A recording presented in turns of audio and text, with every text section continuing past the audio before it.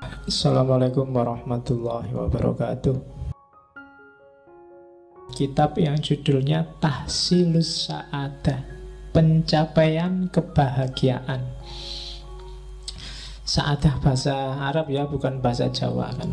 Sa'adah, rongadah, telungadah kan. Oke, ya. Ada yang namanya Sa'adah di sini. Yang pertama katanya Al-Farabi, kebahagiaan itu adalah absolute good. Cirinya absolute good itu kebaikan puncak. Itu kebahagiaan. Tidak ada lagi yang dituju selain itu. Itu sambungannya yang kedua. Karena kebahagiaan adalah tujuan hidup. Apapun yang kamu lakukan dalam hidupmu, katanya Farabi, sebenarnya kan sasaran tembaknya cuma satu. Kamu pengen bahagia, entah kamu sadari apa enggak. Enggak ada orang yang nyari susah selama dia masih waras. Kecuali enggak waras. Cita-citamu apa? Saya pengen stres, Pak. Enggak ada. Semua orang pengen bahagia. Saya pengen depresi, Pak. Enggak ada. Saya pengen gila, Pak. Enggak ada. Setiap orang secara fitrah dia pasti ingin bahagia. Dan kalau sudah bahagia selesai. Dia enggak pengen apa-apa lagi sesudah itu. Maka dia disebut absolute good. Kebajikan puncak itu kebahagiaan. Kamu jujur, kamu tekun, kamu rajin, kamu sabar. Itu kan sebenarnya finalnya adalah dengan tekun, rajin, sabar, kamu ingin bahagia. Oke, dan memang Allah merancang manusia untuk biar dia bahagia. Tujuan Allah bikin kita di bumi ini kan untuk biar kita bahagia. Allah ingin kita seneng. Makanya Allah ngasih banyak fasilitas yang cocok untuk kita hidup. Kan bumi dan isinya ini kan pas banget untuk kita hidup. Kenapa sih kok Allah sempet-sempetnya ngasih kita yang pas luar biasa untuk hidup kita? Karena Allah ingin kita bahagia. Apa-apa mudah, apa-apa tersedia. Kalau ada yang kurang kok ndak ada, biasanya karena pokal kita sendiri. Tapi Allah menyediakan full. Dan nggak ada bayarannya, gratis. Kalian dikasih tangan cuma 2, dikasih kaki 2, dan itu pas. Dan dikasih akal. Akal itu kan luar biasa. Nggak ada hewan yang dikasih akal selain manusia. Jadi ya kan kita kan hewan jenisnya, hewan yang berpikir. Jadi Tuhan menciptakan kita itu untuk bahagia. Maka barang siapa galau, bete, sumpek, sedih, kamu sebenarnya sedang melecehkan Tuhan. Kamu sebenarnya sedang menyinggung perasaannya Tuhan. Sudah dikasih macam-macam kok kamu masih bete, kamu masih galau. Itu yang bikin kemarin waktu kamu kecil, waktu kiai-kiaimu selalu bilang bahwa bersyukurlah. Dengan syukur nikmatmu akan ditambah. Karena seandainya akal kita normal, sebenarnya melihat semua fasilitas dari Tuhan tadi, pasti kita akan bersyukur dan bahagia. Seandainya ada masalah sekalipun, ya mungkin setiap orang tidak ada yang tidak punya masalah. Kalau di persentase, mungkin masalah hidupmu itu tidak ada 10%-nya nikmat dan kebahagiaan yang kamu dapat dari Allah. Silahkan kamu tulis nanti pulang dari sini, sebenarnya problemku itu apa sih? Tesis yang tidak selesai-selesai, atau skripsi yang tidak mulai-mulai, atau apa. Itu kan problem-problemmu kan seputar-seputar itu aja. Pacar yang nggak dapat-dapat, atau yang sejenis itu kan. Lu itu kalau di persentase dari 100% variabel hidupmu, paling nggak ada 10%-nya. Kamu masih bisa makan enak, masih bisa mandi seger, masih bisa minum teh manis, masih bisa. Banyak orang yang manis saja nggak boleh, teh juga nggak boleh, air putih banyak-banyak nggak boleh, ya kan? Tidur nggak bisa, ngerokok padahal pingin nggak boleh. Ya, bukan banyak yang kayak gitu. 80% hidupmu dan dengan 20% masalah itu ya tetap kamu harus bersyukur. Maka katanya Farabi, ndak, Allah menciptakan kita untuk bahagia. Maka jangan bikin dia tersinggung dengan kamu tiap hari mengeluh, saya bete, saya galau, aku lagi ndak mood, aku lagi ini. Padahal apa sih yang gak dikasihin Allah padamu? Tahsilus sa'adah. Jadi capailah kebahagiaan biar Allah seneng. Kayak kalian itu loh, kalau ngasih seseorang, bantu seseorang, dan yang dibantu kok terus alhamdulillah sampean bantu sekarang hidupku beres, aku urusanku selesai semua. Yang bantu kan juga seneng. Tapi kalau kamu bantu orang, yang dibantu merengut, terus sumpek, terus iya sih terima kasih dibantu, tapi yo masalahku masih banyak, itu yang bantu juga jadinya nggak enak hati. Jadi bahagialah. Allah menciptakan kita untuk bahagia. Nggak usah terlalu dipikir masalahmu yang hanya 10-5% itu. Kalau ada solusi ya diambillah solusi itu. Kalau nggak ada ya dipikir lagi. Kalau buntu ya dinikmati aja masalahnya. Itu lebih enak. Kan sekarang biasanya yang bikin kamu sumpek kan nyari jalan keluar.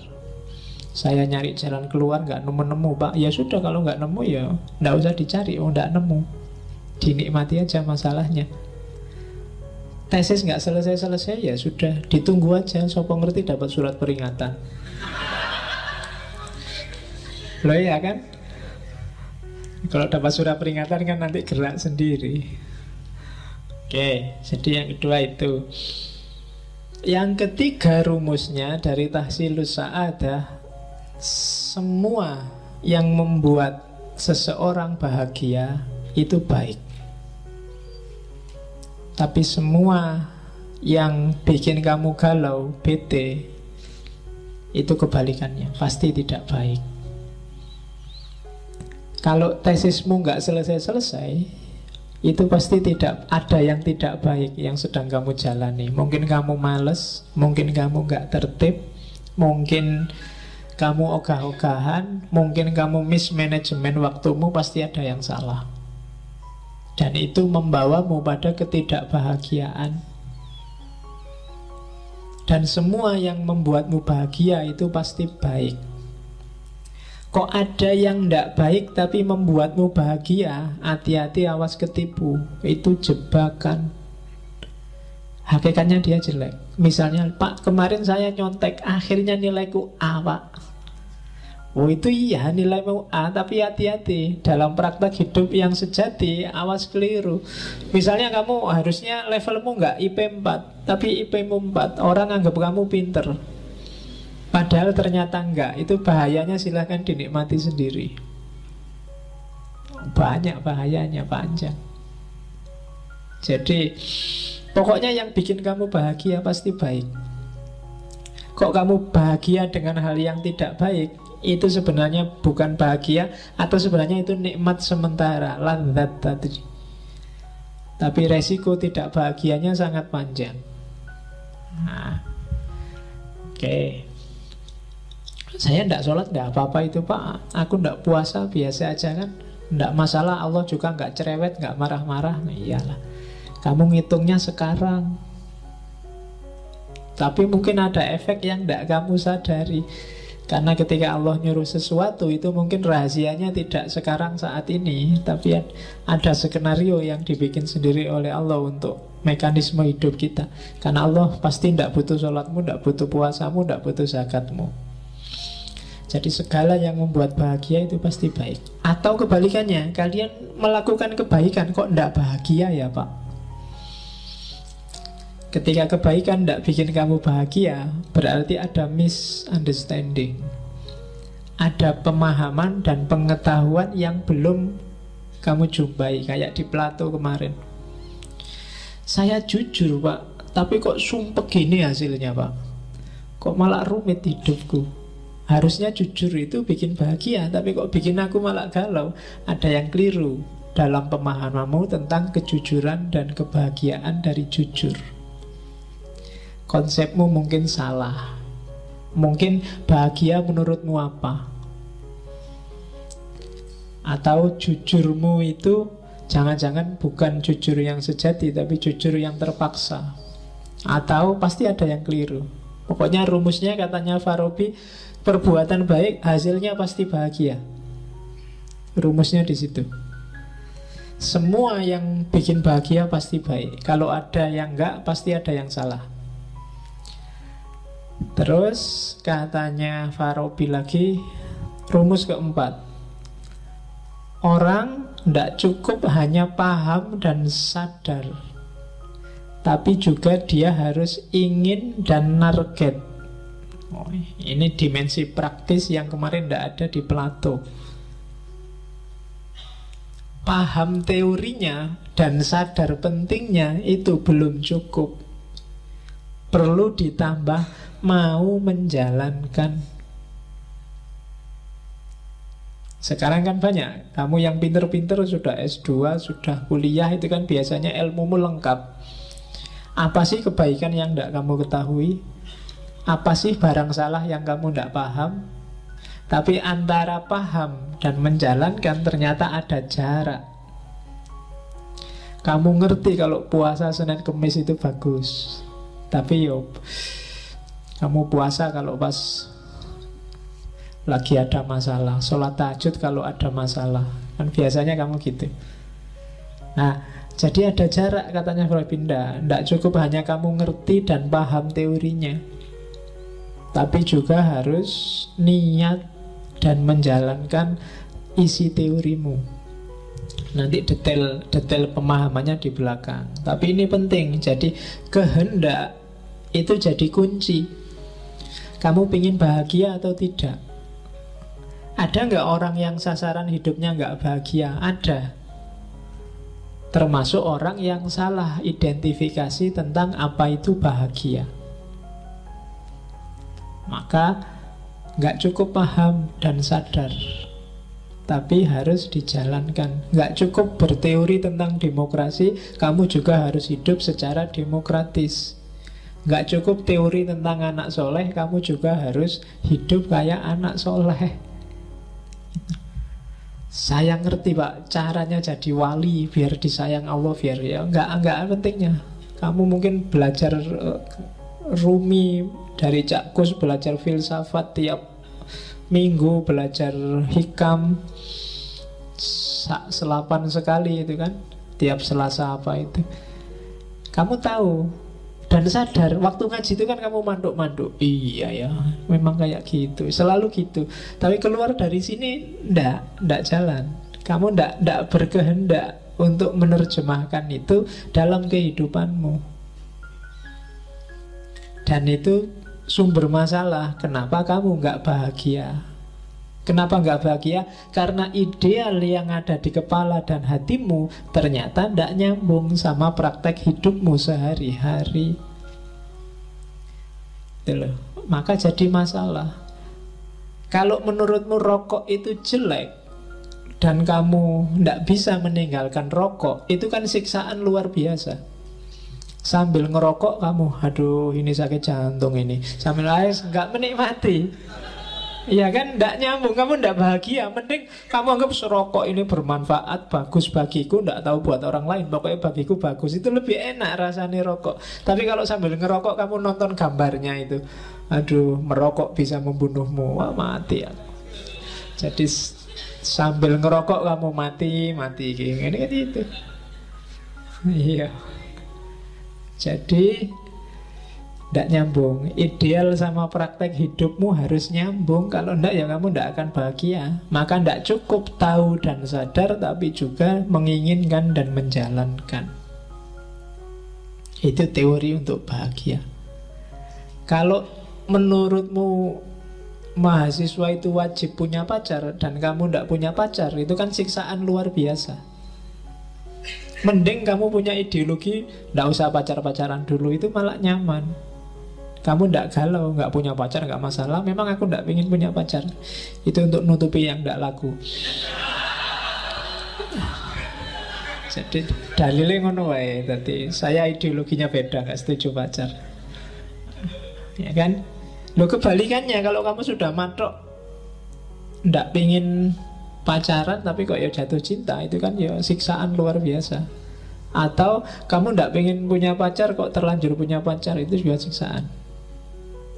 Pengen punya pacar nggak punya pacar juga siksaan. Ideal yang di kepala dengan prakteknya nggak nyambung. Jadi jangan seneng-seneng kamu ilmumu tambah banyak tiap minggu, tiap bulan. Kalau kebenaran dan kebaikan sudah jadi referensimu, tapi tidak jadi targetmu, nggak jadi sumber perilakumu, itu juga ada jarak. Itu yang bikin kamu galau secara nggak sadar kadang-kadang. Jadi mending orang nggak ngerti apa-apa, lebih nyaman. Tapi semakin luas ilmumu, pertanggungjawabannya semakin panjang, termasuk secara individual. Nah, jadi kalau memang merasa wah berat ya Pak, besok nggak ngaji lagi, nggak apa-apa. Tambah pinter, tambah sumpek ternyata Pak. Ya, oke. Cuma kalau nggak ngaji, ya, kualitas hidupmu nggak akan meningkat.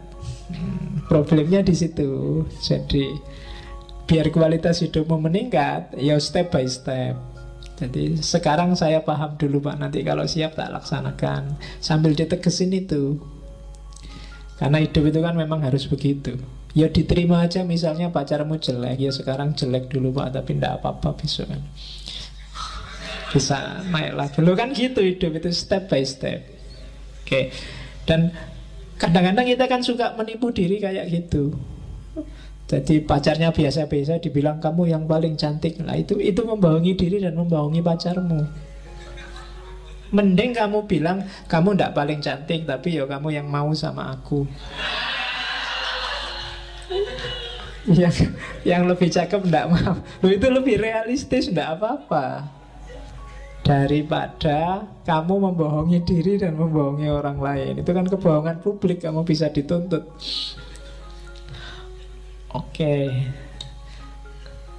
Terus ya kebalikannya rumus yang di atas, maka saat orang tidak ingin bahagia atau tidak terlalu ingin bahagia, maka yang ia lakukan pasti jelek, pasti buruk.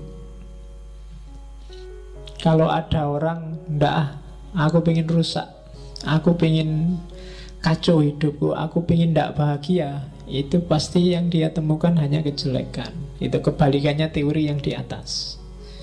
Maka tidak usah merasa bersalah kalau kamu cita-citanya pengen bahagia.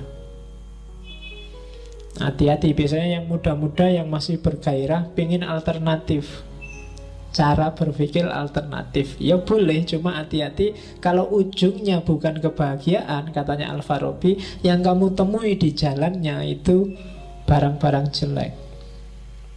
Nanti dipahami di belakang kenapa bisa begitu.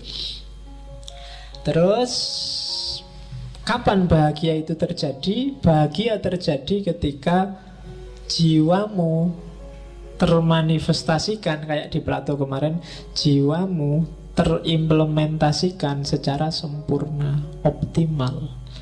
Dalam dirimu itu ada daya jiwa apa saja sih? Kalau itu dijalankan secara optimal, maka disitulah kamu akan merasa bahagia. Termasuk daya makan, daya seks, hasrat untuk dihormati, hasrat. Itu kalau semuanya terlampiaskan secara optimal, maka disitulah orang menemukan kebahagiaan.